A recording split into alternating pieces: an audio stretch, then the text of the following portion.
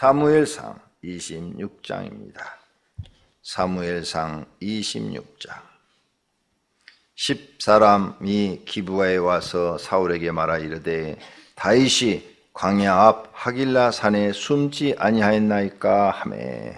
사울이 일어나 십광야에서 다윗을 찾으려고 이스라엘에서 택한 사람 3,000명과 함께 십광야로 내려가서 사울이 광야 앞 하길라 산길가에 진친지라 다윗이 광야에 있더니 사울이 자기를 따라 광야로 들어옴을 알고 이에 다윗이 정탐꾼을 보내어 사울이 과연 이른 줄 알고 다윗이 일어나 사울이 진친 곳에 이르러 사울과 네리의 아들 군사령관 아브넬이 머무는 곳을 본즉 사울이 진영 가운데 누웠고 백성은 그를 둘로 진쳤더라. 이에 다윗이 햇사람 아히멜렉과 스루야의 아들 요압의 아우 아비새에게 물어 이르되 누가 나와 더불어 진영에 내려가서 사울에게 이르겠느냐 하니 아비새가 이르되 내가 함께 가겠나이다. 다윗과 아비새가 밤에 그 백성에게 나아가 본즉 사울이 진영 가운데 누워 자고 창은 머리 곁 땅에 꽂혀 있고 아브넬과 백성들은 그를 둘러 누웠는지라. 아비새가 다윗에게 이르되 하나님이 오늘 당신의 원수를 당신의 손에 넘기셨나이다. 그러므로 청하오니 내가 창으로 그를 찔러서 단번에 땅에 꽂게 하소서. 내가 그를 2번 찌를 것이 없으리이다 하니 다윗이 아비새에게 이르되 죽이지 말라.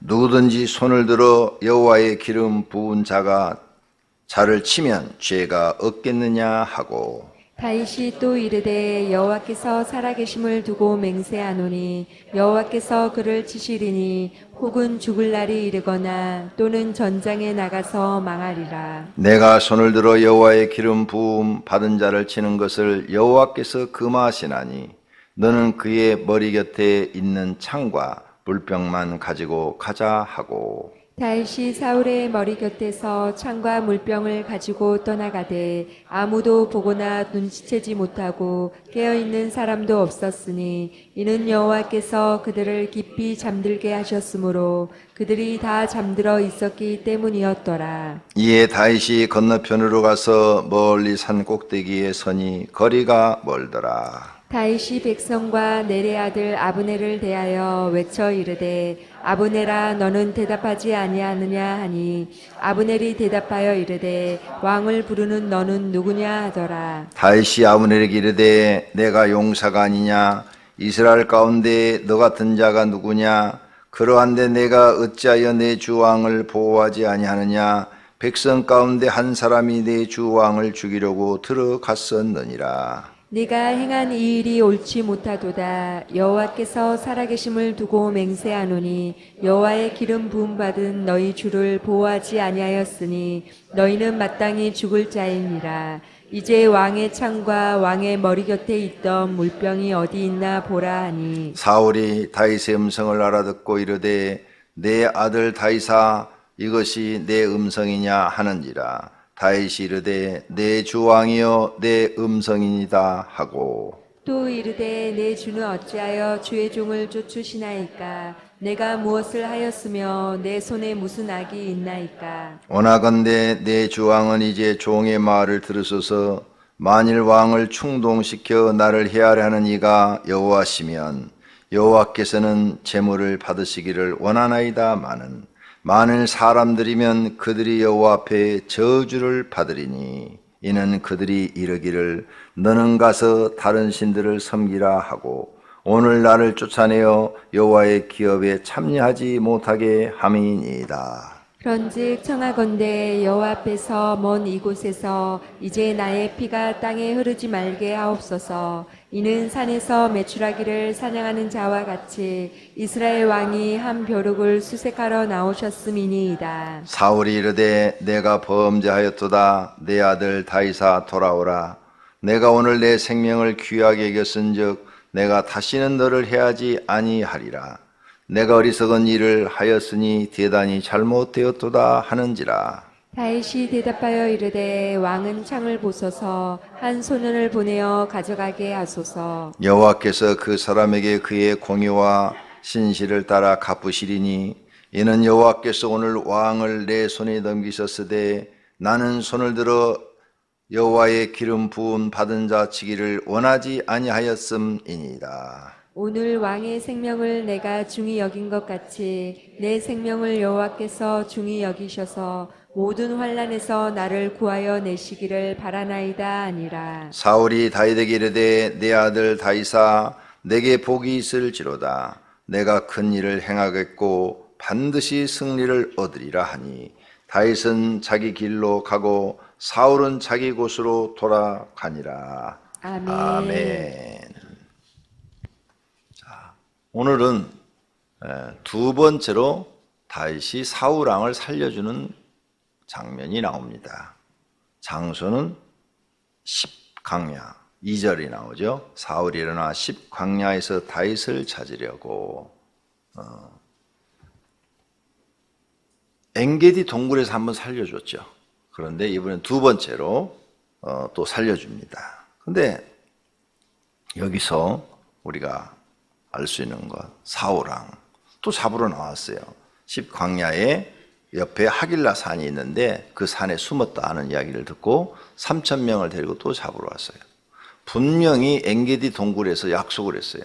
동굴 바깥에서 다시는 너를 쫓지 않겠다. 내가 잘못했다. 그랬잖아요. 그랬는데 또 3,000명을 이끌고 또 와요. 이게 악령 들어간 사람의 행동입니다. 악령 들어간 사람은 자기가 한 말의 약속을 안 지킵니다. 하나님의 영, 성령이 들어간 사람들은 한 말에 대한 약속을 지키려고 노력을 합니다. 신실하려고.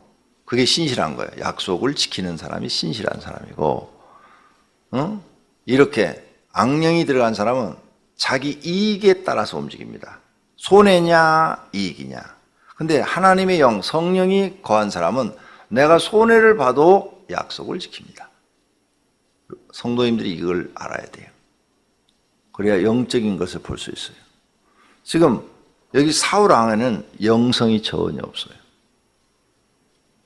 그리고 인성도 전혀 안 돼 있어요. 이 사람과 사람끼리도 약속을 안 지키면 그 인성이 안 돼 있는 거예요. 저 사람 인성이 안 돼 있구나. 사람과 사람 사이에 우리가 기본적으로 지켜야 될 도리가 있죠.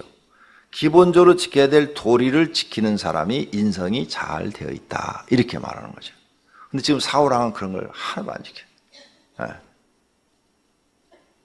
더군다나 사울 왕이 화가 나가지고 이미 다윗의 부인이 된 자기 딸 미가를 26장 바로 앞에 25장 44절 보세요. 사울이 그의 딸 다윗의 아내 미가를 갈림에 사는 나이스의 아들 발디에게 주었더라. 아니 이미 결혼한 딸이야. 다윗이 없으면 그냥 혼자 살게 하면 되는데 딴 사람한테 주어버려. 일부러 그런 거예요. 다윗이 미우니까. 이 기본이 안 된 사람이야, 사울은. 그래서 영성도 안 돼 있고 인성도 안 된 사람이 지도자가 되면 나라 망합니다. 그죠? 우리가 사건이 뻥 터지고 나서 보니까 지난 지도자가 우상 숭배했잖아요. 최순실이가 교회도 다니고 우상도 섬기고 그의 아버지가 하나님의 이름을 팔아가지고 어용 기독교 단체를 만들어가지고 목사인 척 하고 다니고, 그리고 또 뭐 오복 무슨 뭐 복 그런 것도 섬기고, 이상한 짓을 다 했잖아. 근데 남들이 보면 하나님 믿는 것 같고 뒤에서는 복주머니 만들어가지고 강화문에다 다 그거 달아놓고 이상한 짓을 했더라고요. 그 왜 그랬겠어요? 하나님을 모르기 때문에 그런 짓 한 겁니다. 하나님을 정확하게 알았더라면 절대 그런 짓 하는 거죠. 악령이 들어간 겁니다. 내가 보니까 쭉 뉴스를 보니까 최순실의 아버지는 최태민이는 악령이 들어간 거예요. 악령이. 그러니까 그런 짓을 하는 거예요. 무서운 거예요. 사울과 같은 거죠. 사울과 같은 거. 영성도 안 돼 있고 인성도 안 돼 있는 거죠. 그래서 여러분이 성경을 읽으면서 잘 깨달아야 돼요. 잘못 깨달으면 나도 또 망하니까. 사울 왕을 보면서 악령이 들어간 사람은 이렇게 약속도 안 지키는구나. 그리고 이렇게 사람의 도리도 행하지 못하는구나. 그런데 귀신이 드러났어요. 우리가 이제 축사하다가 귀신 드러나서 귀신한테 물어보면 귀신이 다 그 말을 하네. 그렇게 행동했던 거 다 자기가 한 거라고. 그 사람이 그렇게 행동했는데 자기 성품 때문에 그렇게 한 줄 알았는데 귀신 드러나가지고 물어보니까 그게 다 귀신이 조종한 거라고 자기 입으로 다 얘기를 하는 거야. 깜짝 놀랐어. 와, 진짜 성경대로네. 그러니까 그 귀신이 지금 드러난 사람의 인품을 보고 그가 했던 행동을 그대로 자기가 다 조종했다고 얘기를 하는데 성경에 보니까 이렇게 사울 왕이 악령이 들어가니까 한 행동하고 일치한단 말이에요. 그걸 보고 내가 놀라는 거죠. 와, 성경이 다 맞다. 성경이 다 맞다. 그래서 여러분이 나는 이젠 이렇게 꼭 드러나고 안 드러나고 그런 수준이 아니고 그 사람 행동만 봐도 알아. 목소리만 들어봐도 알아. 하도 이제 그런 걸 경험을 많이 하니까 그래서 여러분 방언 기도만 탁 해도 저거 귀신 들어갔네. 그래서 탁. 통역도 할 것도 없어요. 그냥 소리만 들어도 알아. 저 사람은 지금 반은 귀신한테 사로잡혀 사는구나. 이렇게 딱 보이는 거지. 그런데 여러분 다 이길 수 있어요. 별거 아니야. 귀신이 몸 안에 들어와 있으면 굉장히 내쫓기가 힘들고 몸 바깥에 있으면 쉬운 줄 알고 있어요. 똑같아. 몸 바깥에 있어가지고 자꾸 내 귀에다가 쏘곤쏘곤 대가지고 나를 움직여서 조종하는 거나 내 몸 안에 들어와서 내 마음에다가 막 자꾸 쏘곤쏘곤 해가지고 내 마음을 움직여가지고 나를 조종하는 거나 똑같아. 몸 안에 들어온 것들은 마음을 움직여, 마음을. 내가 보니까. 몸 바깥에 있는 것은 귀에다 쏘곤쏘곤 거리더라고. 귀에다 쏘곤쏘곤. 그러니까 그 사람이 자기는 안 들리죠. 자기는 안 들려. 안 들리는데 귀에다 쏘곤쏘곤 거리면 그 사람이 다 그 생각이 떠오르는 거야. 머릿속에 막. 그렇게 해야 되겠다는 생각이. 그래가지고 마귀가 시킨 대로 하는 거야. 그러니까 안 되는 거예요. 그러니까 우리가 지금 잘못 알고 있는 것 중에 하나는 이 안에 들어온 것은 아주 떼쫓아야 되고 바깥에 있는 것은 그냥 내버려둬도 되고 천만의 말씀이에요. 바깥에 있는 것도 이게 무서운 것이고 내 안에 들어와 있는 것도 무서운 것이에요.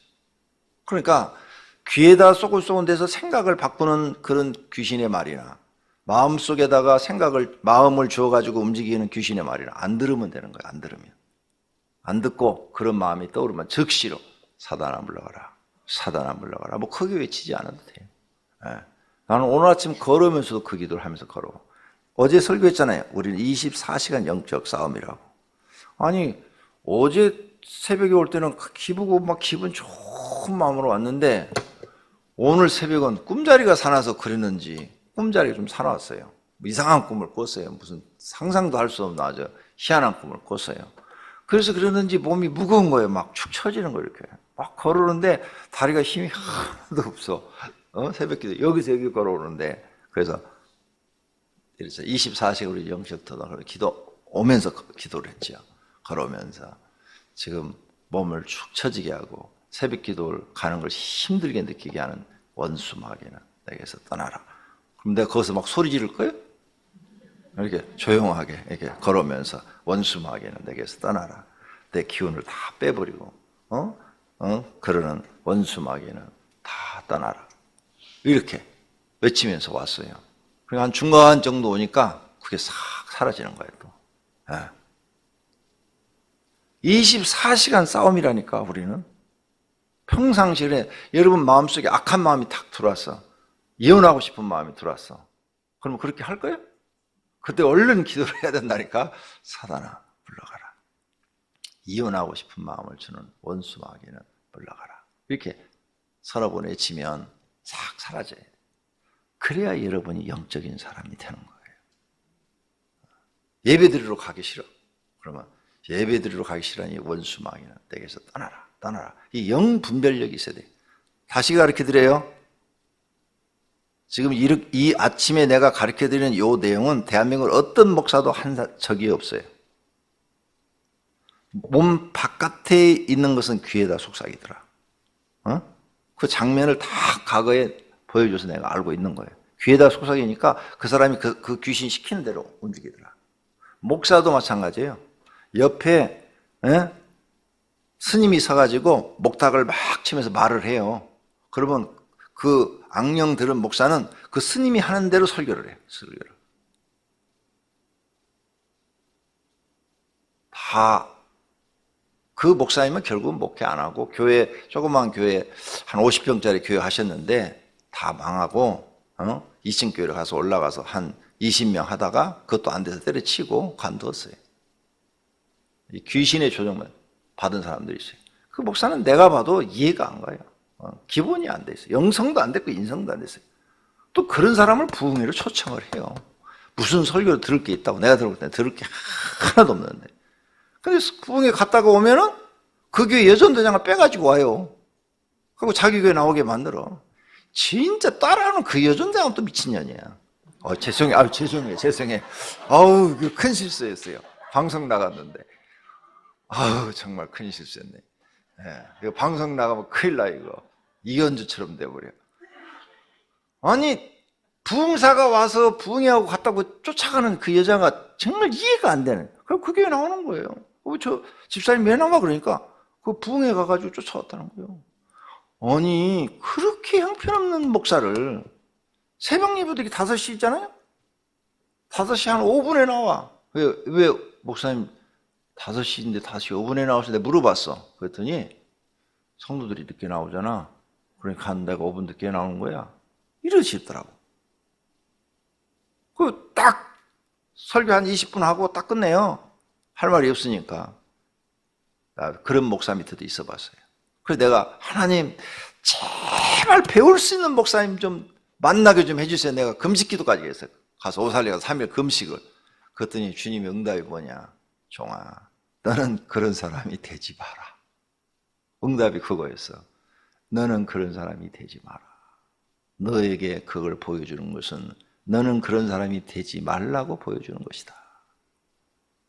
내가 흉보는데 정말 그런 분들이 있어요. 교육전사인데 대신방을 따라오래요. 그래서 대신방을 봄, 가을로 따라다녔어요. 내가 야간 신학을 다니니까 주간에 시간이 있잖아요. 성경 구절 한 구절 가지고 하루 10집을 가면 그 한 절만 갖고 10집을 하는 거예요. 그것도 1시간씩. 사람 미치고 죽어버리고 싶더라고. 막 그냥 앉으면 그냥 졸려. 그냥 왜? 한 절 가지고 똑같이 같은 집에 가서 그것만 갖고 얘기를 하는 거야. 그것만 갖고. 그게 듣는 사람은 처음 듣지만 나는 10번을 들어야 돼, 하루에. 와, 돌아버리겠더라고. 그래서 내가 그때 배웠어요. 또 주님이 그랬잖아. 너는 그렇게 하지 말라고. 그래서 주님, 저는 제가 목회하면은 신방 가서 설교 5분만 하겠습니다. 아이고, 찬송하고 예배 끝났는데 1시간 걸리는 거예요. 나는 전체 길이를 한 20분, 길어야 30분에 끝내겠습니다. 그때 마음에 그렇게 결심을 했어요. 교육전사 때. 설교는 5분만 하고 찬송은 3개 하고 찬송 한 곡당 5분씩이에요. 그리고 기도하고 그럼 한 20분 정도에 끝나요. 좀 이제 설교가 길어지면 조금 길어지는 거지. 그때 그 결심을 했어요. 교육전사 때. 그래서 내가 목회하면서 나는 실천에 딱 하잖아요. 내가 돌집 가도 설교 길게 해요, 짧게 해요? 5분밖에 안 해요. 왜 5분밖에 안 하냐? 안 듣는데 몰라 길게를 해. 안 들어 아무도. 돌집 설교 기억나는 사람 손 들어봐요. 아니 안 듣는데 왜 길게 해? 그럼 여러 사람 피곤하게 해. 짧게라도 해서 기분이라도 좋게 해줘야지. 또 마찬가지예요. 결혼식 설교도 막 기기들 하더라고. 그분은 결혼식이라도 1시간이야 그냥. 결혼식 하면 막 전부 다 지쳐가지고 막 몸이 비틀리고 막 난리 나는데도 1시간이야. 미치는 거야 막. 아휴. 그래서 나는 하나님이 그런 걸 역으로 가르쳤어요. 역으로. 너는 사람이 되지 마라. 오죽하면 내가 3일 금식했겠어. 스승을 잘 만난 거지. 자, 이 사울 왕을 보면서 이 사람은 영성도 안 되고 인성도 안 돼 있는 이 모습을 저는 보여요. 우리가 앞으로 신앙생활 하면서 지금부터 여러분 기도하는 것은 영성을 갖추기 위해서 기도하는 거예요. 그러니까 기도는 했는데 영성이 안 일어난다. 이렇게 생각하셔야 돼요. 하나님이 날 선택하지 않으셨나? 정말이요? 여러분이 이렇게 새벽 기도하고 철야 기도하고 그런데도 하나님이 여러분에게 영성을 안 주고 있다면 하나님이 날 선택하지 않으신 거 아닌가, 이 생각을 하셔야 돼요. 선택은 하나님의 권한이에요. 우리 권한이 아니에요. 분명히 청함을 받은 자는 많되 택함을 받은 자는 적다고 그러셨어. 그건 하나님의 권한이에요. 근데 성도들이 그 생각을 못해. 나는 처음 기도할 때, 청년 때 처음에 너무 그 어려운 생활 속에서 날마다 철회하고 막 기도하는데 그래도 하나님이 대답이 없는 거야. 그래서 나는 그때 버림받은 사람인 줄 알았어. 유기된 자인 줄 알았어. 목사님이 선택과 유기에 대해서 설교를 많이 하셨거든. 장로교 목사니까. 난 버림받은 사람인 줄 알았어. 버림받았다고 생각나니까 괴로운 거야. 너무너무 괴로운 거야. 그래서 날마다 하나님 앞에 하나님, 나를 구원해 주세요. 나를 구원해 주세요. 나를 버리지 마세요. 나 유기된 자가 되지 않게 해주세요. 나를 선택해 주세요. 이렇게 막 금식 철야 하나님 앞에 몸부림을 쳤던 거예요. 그랬더니 예수님을 만날 수 있는 기회를 주신 거예요. 예수님이 찾아와 주신 거죠. 정말요? 여러분이 지금 기도하는데도 영성이 살아나지 않는다면 지금 사울왕 영성이 살아나요? 안 살아나요? 전혀 안 살아나요. 버림받은 자 아닌가 심각하게 고민하시고, 그것 때문에 여러분은 금식 철야 그래도 아무런 응답이 없다면 끝난 거예요. 그 권한은 사람에게 없어요. 하나님에게만 있어요. 하나님에게만. 근데 너무나 사람들이 몰라. 이 영성이 뭔지도 몰라. 영성이 뭔지도. 기가 막힌 거지.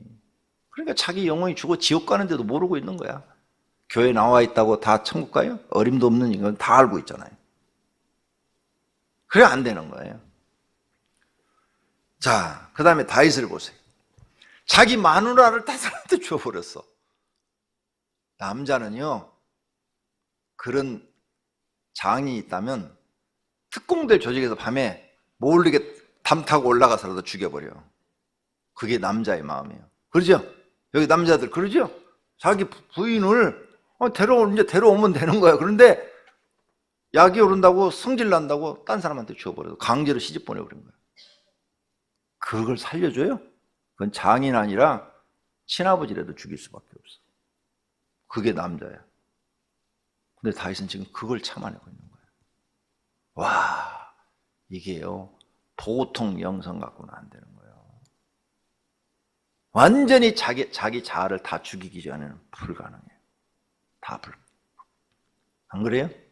나는 이걸 보면서 다윗은 어떻게 이런 영성을 소유할 수가 있었을까?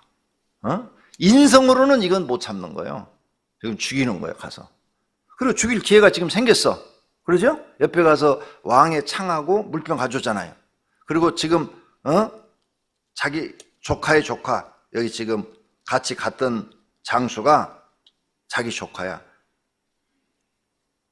삼촌이 허락만 한다면 내가 죽여버리겠습니다. 이렇게 딱 말을 해요. 말을 해. 그런데 안 된다.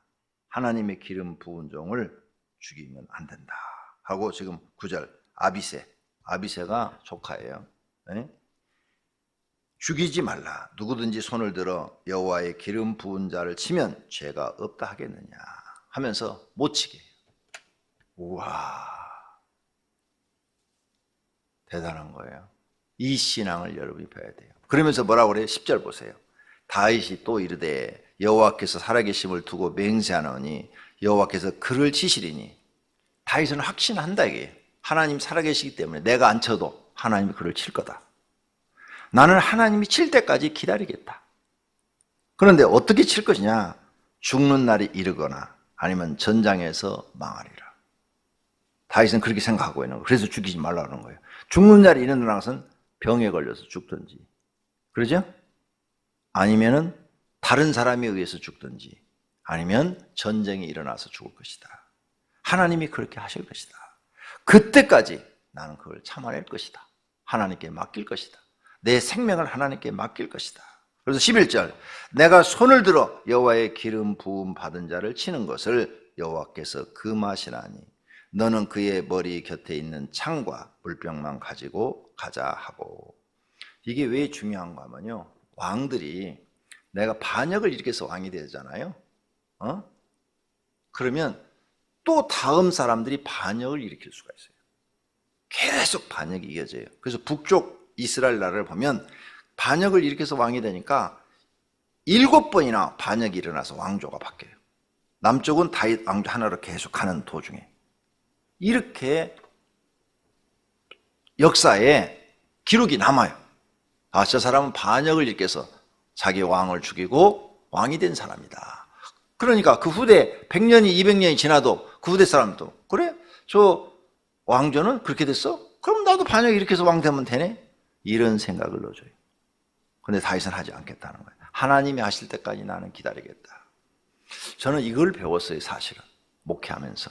이걸 배워가지고 처음부터 나는 성격도 내성적이고 내가 막 일을 막 저지르는 습관도 안 되고 꼼꼼하게 챙기면서 가는 이런 생활 습관이 나한테는 있는데, 나는 일을 못 저지르는데 다윗을 보니까 다윗이 굉장히 내성적이에요. 이게 다 내성적인 성품이 나온 거예요. 외향적이면 벌써 가서 사울 죽여버렸지. 첫 번째 죽였지, 엔게디에서. 그냥 기회다 하고 그냥 죽여버렸지. 외향적인 사람들은 진짜 생각하는 건 나중에 생각해요. 일 저지르 놓고 나중에 생각하고 수습하고. 내성적인 사람은 일을 하기 전에 꼼꼼히 챙겨보고 그 다음에 일을 저지르는 편이고. 이걸 배웠어요. 그래서 뭐든지 나는 하나님이 앞서서 해주지 않으면 내가 하지 않겠습니다. 그래서 이 교회 세울 때도 다 하나님께서 강제로 나를 기도시켜서 이렇게 교회를 세워라 그래가지고 십자가 꽂은데 거기 가서 하고, 다 하나님이 이렇게 하는 대로 했는데, 그래서 여기까지 온 거예요. 여러분들도 둘 중에 하나를 선택해요. 일을 저질러 놓고 나중에 생각을 하든지, 아니면은 하나님이 일을 벌려서 앞을 다 만들어줄 때까지 기도하고 기다리셨는지. 나는 하나님이 앞에서 일을 다 만들어줄 때까지 기도하고 기다리는 타입이에요. 근데 다윗이 그런 타입이에요. 다윗이. 예. 청년 때 이 다윗에 대해서 배웠어요. 아, 다윗은 자기가 왕이 되고 싶다는 말을 한 적이 없어요. 왕이 될 수 있는 기회를 지금 여러 번 주는데 절대 하지 않아요. 하나님이 그 자리를 채워줄 때까지 하지 않아요. 나중에 남쪽 유다의 왕이 되는데 사울 왕이 죽고 나니까 유다 장로들이 찾아와요. 뒷부분에 보면 장로들이 찾아와서 당신이 우리의 왕이 되어주소서 부탁을 해요. 그래서 왕이 돼요. 사울 왕이 죽었다고 해서 야 이제 가자, 내가 왕이다 이러질 않아요. 이게 다윗의 성품이에요. 오직 어떤 자리에 연연하지 않고 하나님 중심이에요. 하나님 중심. 그래서 하나님이 다윗을 사랑하시는 거예요. 사랑하시는 성도님들도 다윗과 같은 영성을 가지시기를 바랍니다. 할렐루야. 벌써 시간이 많이 갔네요. 기도하십시다. 하나님 감사합니다. 오늘 새벽에도 사울왕과 다윗왕에 대해서 배웠습니다. 다윗의 신앙을 저희가 배우게 하옵소서. 성령님께서 가르쳐 주시옵소서. 주님 앞에 건축헌금, 특별 새벽기도 헌금 1천 번제물을 드렸습니다. 주님 받으시옵고 은혜와 복을 내려 주옵소서. 예수님의 이름으로 기도드립니다. 아멘.